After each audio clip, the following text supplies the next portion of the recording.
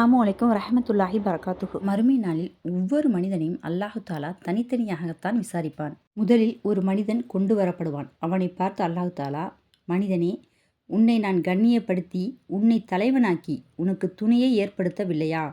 குதிரைகளையும் ஒட்டகங்களையும் நான் உனக்கு வசப்படுத்தவில்லையா என்று கேட்பான். அதற்கு அம்மனிதன் ஆம் என்பான்.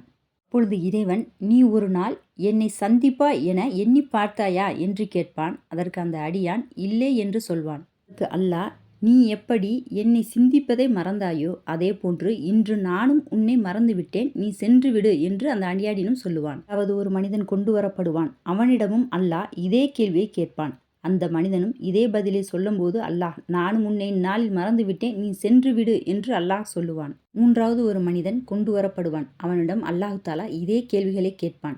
அப்பொழுது அந்த அடியான், என்னுடைய இறைவா, நான் உன்னையும் உன் வேதத்தையும் உன் தூதர்களையும் நம்பி உன்னை தொழுது நோன்பு நோற்றேன், தான தர்மங்கள் செய்தேன் என்று கூறிவிட்டு இயன்ற நல்ல வார்த்தைகளை கூறி இறைவனை புகழ்வான்.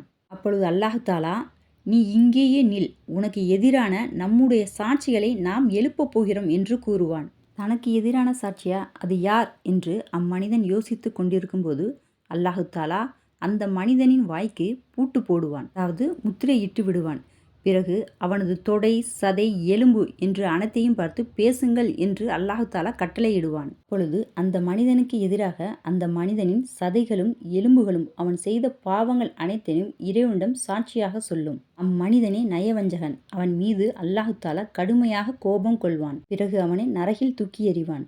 நயவஞ்சகத்தனம் அப்படின்றது உள்ளுக்குள்ளே ஒன்றை வச்சுட்டு வெளியில் பேசுகிறப்ப நிறைய பொய் பேசுவாங்க. ரெண்டாவது, ஏதாவது வாக்குறுதி கொடுத்தா அதை பற்றி கேரே பண்ணிக்க மாட்டாங்க. மூணாவது, அதிகப்படியான நம்பிக்கை துரோகம் செய்வாங்க. நயவஞ்சகத்தனத்தை நம்ம வேறு எங்கேயும் போய் தேடி பார்க்க வேண்டியதில்லை. இந்த காலத்தில் இருக்க உறவுகள் உள்ளுக்குள்ளே ஒன்றை வச்சுக்கிட்டு வெளியில் நம்மளை பார்க்கும்போது வேறு விதமாக சிரித்து பேசுவாங்க. அல்லாஹு தாலா இப்படிப்பட்ட குணத்தை விட்டு நம்மையும் நம்மளோட குடும்பத்தையும் நம்மளோட பிள்ளைகளையும் காப்பானாக. அஸ்ஸலாமு அலைக்கும் வரஹ்மத்துல்லாஹி பரகாத்துஹு.